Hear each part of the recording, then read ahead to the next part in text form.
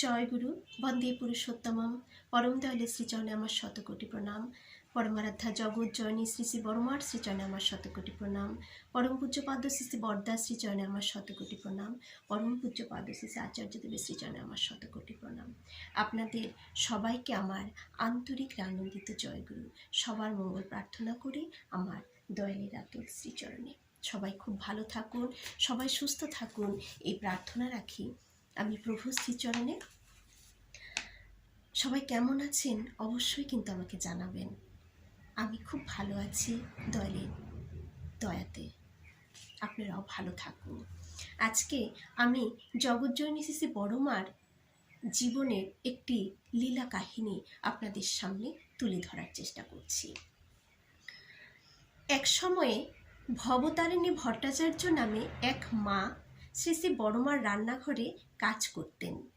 বেশ কিছুদিন কাজ করার পর একদিন তিনি মনে মনে ভাবলেন, এতদিন ধরে বড়মার কাছে আছি, কই কিছু তো দেখলাম না, মানে বড়মা যে ঠাকুর ভগবান সেটা তো কিছু প্রমাণ পেলাম না। তার মনে মনে একটা জিজ্ঞাসায় আসলো।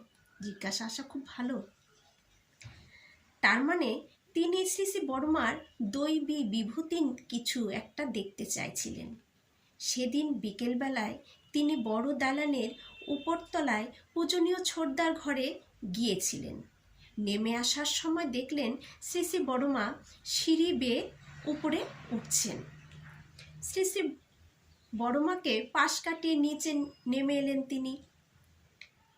যখন ছোটদার ঘর থেকে, পূজনীয় ছোটদার ঘর থেকে তিনি নামছিলেন, তখন দেখলেন যে বড়মা সিঁড়ি বেয়ে উপরে উঠছেন। তার পাশ দিয়েই কিন্তু ভবতারিণী মা নেমে এলেন। তিনি শ্রী শ্রী বড়মাকে পাশ কাটিয়ে নিচে নেমে এসে রান্নাঘরে ঢুকতেই দেখেন শ্রী শ্রী বড়মা মোড়ার ওপর বসে রয়েছেন। যখন তিনি নেমে এলেন, রান্নাঘরে গিয়ে ঢুকলেন, ঢুকতেই গিয়ে দেখেন রান্নাঘরে শ্রী শ্রী বড়মা মোড়ায় বসে রয়েছেন। তিনি সঙ্গে সঙ্গে, কারণ কিছুক্ষণ আগে তিনি দেখলেন যে বড়মা ওপরে উঠছেন সিঁড়ি বেয়ে, আবার নিচে নেমে রান্নাঘরে ঢুকতেই দেখেন বড়মা মোড়াতে বসে রয়েছেন। তিনি সঙ্গে সঙ্গে কাঁপতে কাঁপতে দাঁতে দাঁত চেপে বড়মা বড়মা বলতে বলতে অজ্ঞান হয়ে মাটিতে পড়ে গেলেন। নিকটবর্তী লোকজনেরা ছুটে এলো ঘটনাস্থলে। শ্রী শ্রী বড়মা তখন রান্নাঘর থেকে এক ঘটি জল নিয়ে এসে সেই মায়ের নাকে মুখে জলের ঝাপটা দিতে দিতে বলতে থাকেন, ওই কি হয়েছিল, কি হয়েছে? বললেন, কি সুন্দর করে বলল দেখুন, ওই কি হয়েছিল, কি হয়েছে? এই তো আমিই তো। শ্রী শ্রী বড়মার হাতের জলের ঝাপটা খেয়ে সেই মায়ের সংজ্ঞা ফিরে এলো। এই ঘটনার পর থেকে শ্রী শ্রী বড়মার সম্বন্ধে কোনো প্রসঙ্গ হলে তিনি হাত জোর করে কপালে ঠেকিয়ে বলতেন, বড়মা মহামায়া, আদ্যাশক্তি, স্বয়ং নারায়ণী।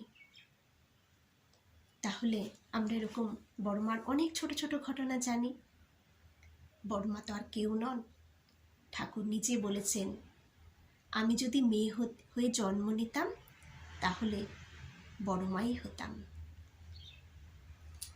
জয় গুরু, বন্দে পুরুষোত্তম।